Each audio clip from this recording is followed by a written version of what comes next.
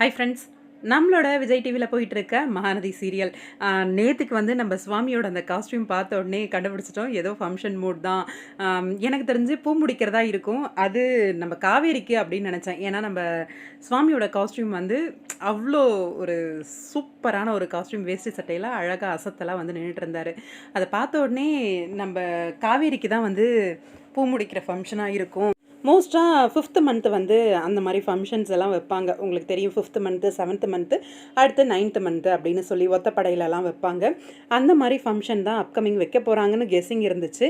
ஆனால் இங்கே பார்த்தீங்கன்னா ஃபஸ்ட்டு நம்மளோட கங்காக்கும் குமரனுக்கும் தான் அந்த ஃபங்க்ஷன் வந்து நடக்குது போல இருக்குது. அவங்களோட மூஞ்சில் தான் நலங்கு இருக்குது. நலங்கு வச்சு இருக்காங்க.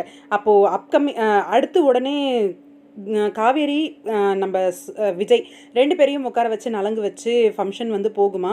இல்லை இவங்களுக்கான ஃபங்க்ஷன் தானா இது? அதாவது குமரனோட வீட்டில் அரேஞ்ச் பண்ணுறதா? ஏன்னா குமரனோட அம்மாலாம் வந்திருக்காங்க இல்லையா?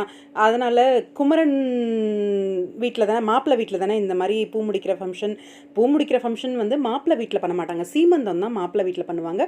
பூ முடிக்கிறது வந்து அத்தைங்கள்லாம் பண்ணுவாங்க. அதே மாதிரி மாமியார் பண்ணுவாங்க. எல்லாருமே பண்ணுவாங்க. அம்மா வீட்லேயும் பூ முடிக்கிறது பண்ணுவாங்க. எல்லார் வீட்லேயுமே அது மோஸ்ட்டாக பண்ணுறது தான். ஒரு மாதம் ஒருத்தர் அப்படிங்கிற மாதிரி பண்ணிட்டு வருவாங்க அந்த பூ முடிக்கிற ஃபங்க்ஷனை.